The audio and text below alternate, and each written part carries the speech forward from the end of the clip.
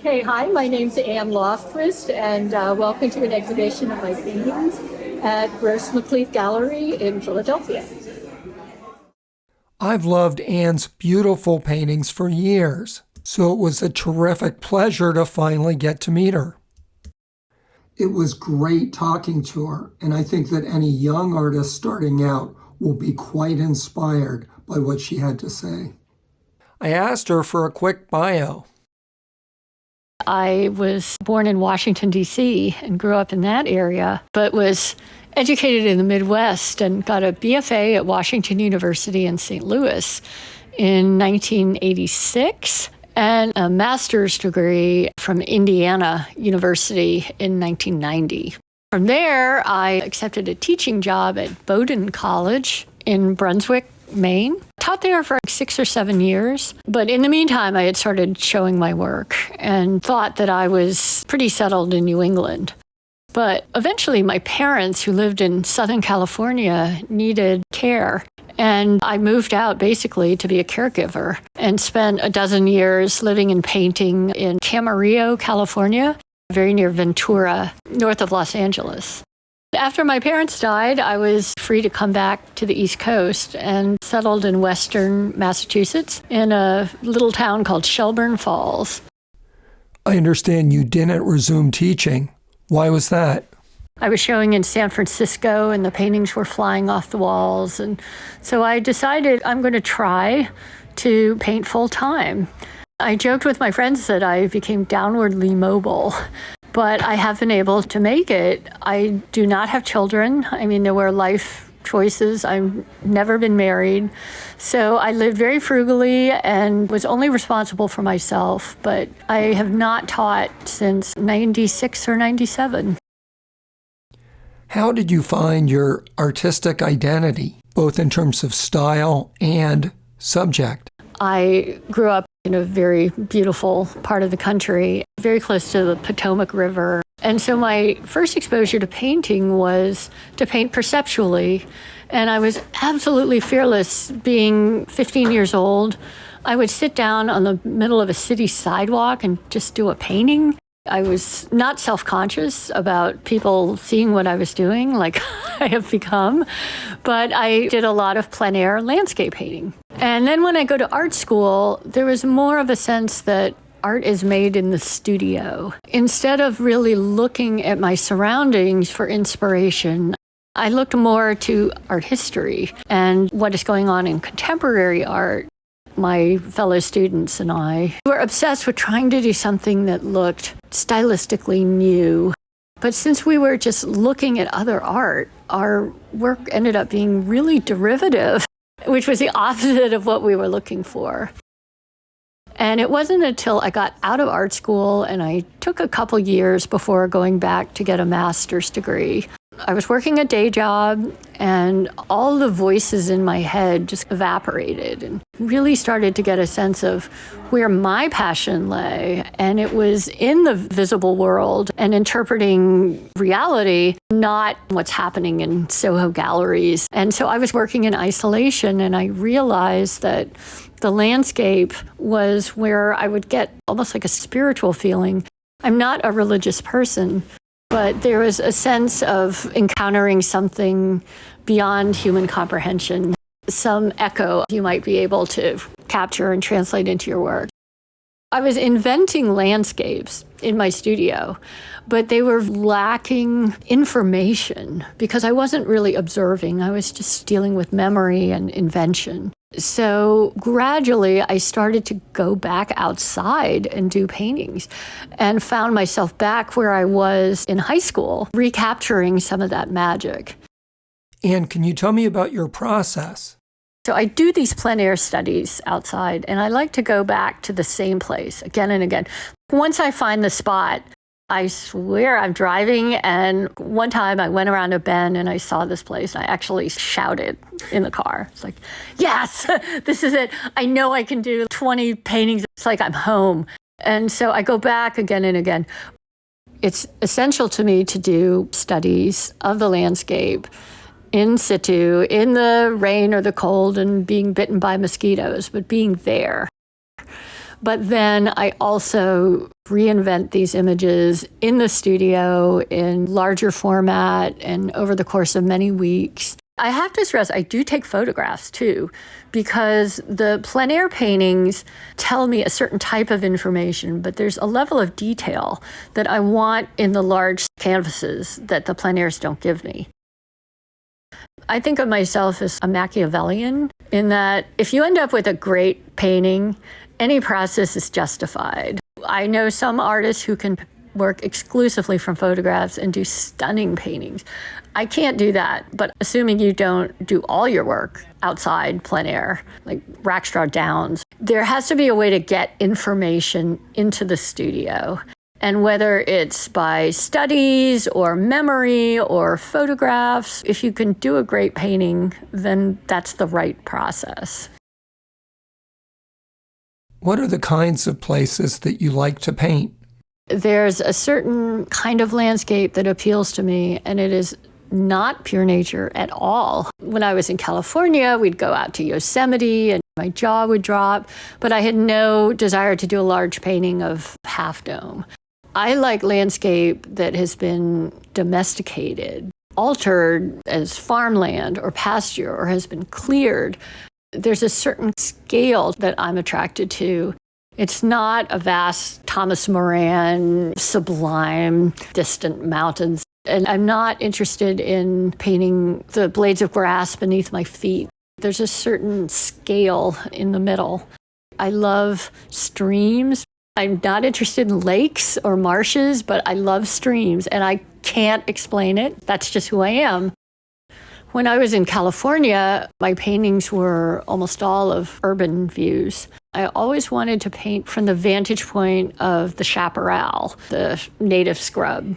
The freeways at night became my surrogate streams because in Southern California, there's streams, but there's no water in them except maybe 2 days a year.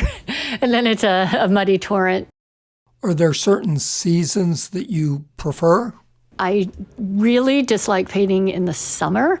I don't like green. I find the colors in the landscape in summer to be very uninteresting. But as soon as the leaves start to turn in fall, those grays and violets that you see in the wintertime, they just get my heart racing.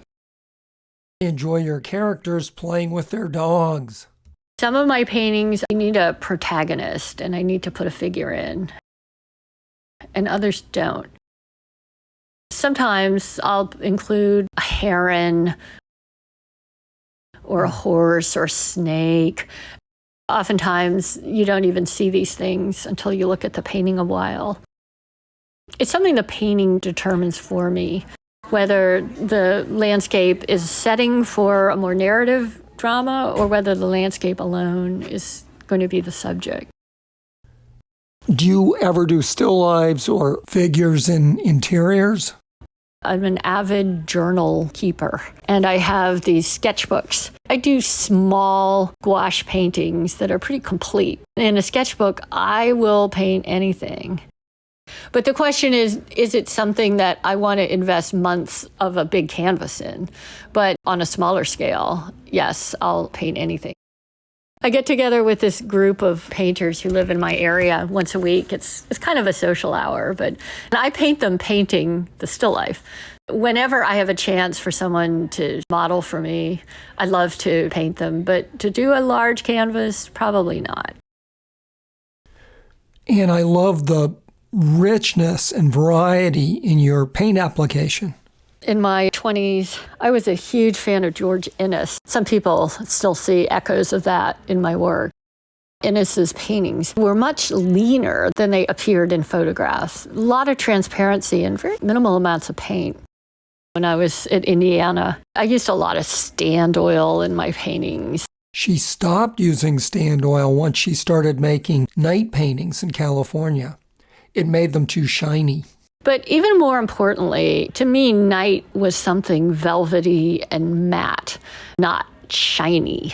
It took a lot of experimentation, but I found a way to do night paintings with oils that were opaque and thick and use no medium.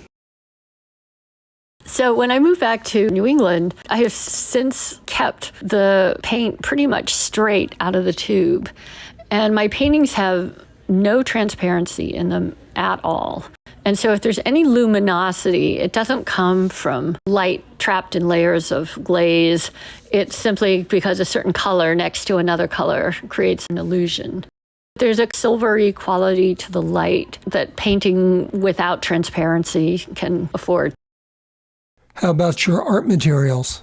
We artists had to find out where to be picky and have the best possible materials and where it really isn't important to us.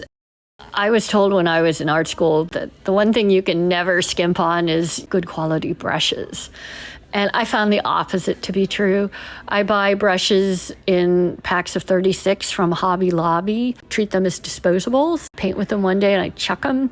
They're less than $1 a piece, but I don't want to skimp on the surface.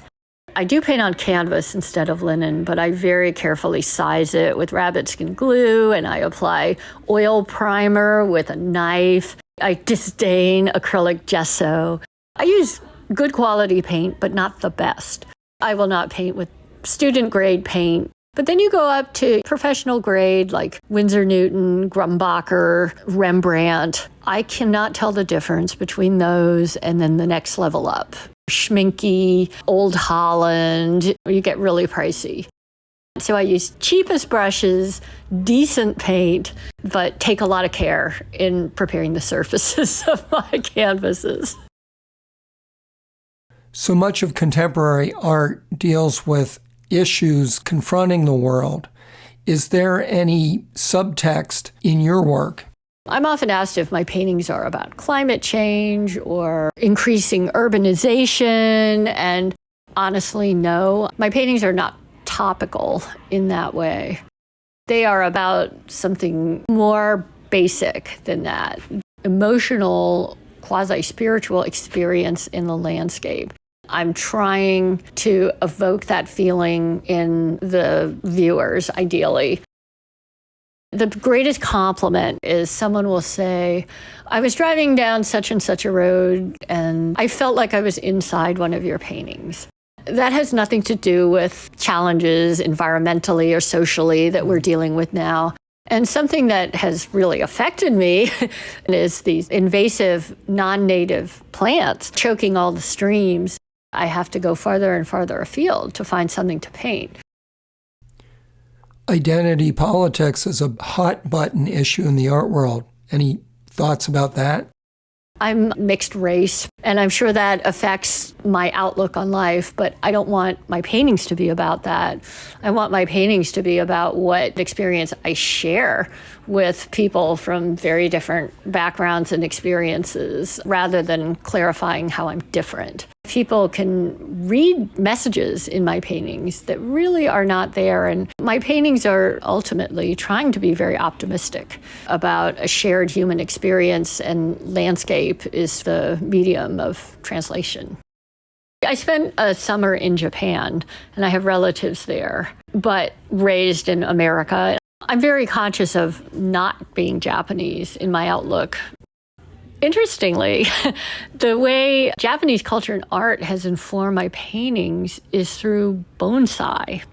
I have been cultivating bonsai trees as a hobby for over 30 years, and I paint trees. So there is a really interesting interplay. You take a species like a maple tree, put it in a small pot outside and exposed to the elements, and you get to understand the rhythms of growth and cycles of the tree. And it's all in miniature, and it's all happening right in front of you. There's certainly design elements in bonsai that I can incorporate into my paintings. In bonsai, you learn all these things, and it's a different type of knowledge of the subject than what you experience visually that has really enriched my painting of trees. Tell me about your emotional experience of painting. Do you feel differently painting outside versus inside? plein air painting that is done in 2.5 hours, especially in the landscape, which is always changing. It's almost like an out-of-body experience. You're focusing so hard, and sometimes you almost lose a sense of self or of time. But there's a freshness in work that is done that way. I liken it to the freshness of youth. Whereas a studio painting that's more considered and lacks that spontaneity, I hope can have a different kind of beauty, a mature beauty, but the freshness of youth is very seductive. And there is sometimes a sense of loss. But I do hope that there is something else that's gained. When I'm reinventing this experience in the studio, I have to honestly say, I don't think I've ever really succeeded. It's a difficult thing to admit that my paintings are failures, but it's possible that success is not really possible, at least for me. I don't say this very often because it sounds defeatist or falsely modest, but it really is true in terms of my feeling when I put the brush down. It's finished when this is as good as it's going to get, even though it's not what I would have liked. But the quest might be more important than the result. Hopefully, in failing, you're still producing something that has meaning. Well, I, for one, don't see these big paintings as failures. And though Ann's tips about materials are useful to aspiring artists, cheapest brushes, decent paint, but take a lot of care. The example of her creative life is invaluable. Live frugally. Check your ego at the studio door and make art that connects deeply to the human experience.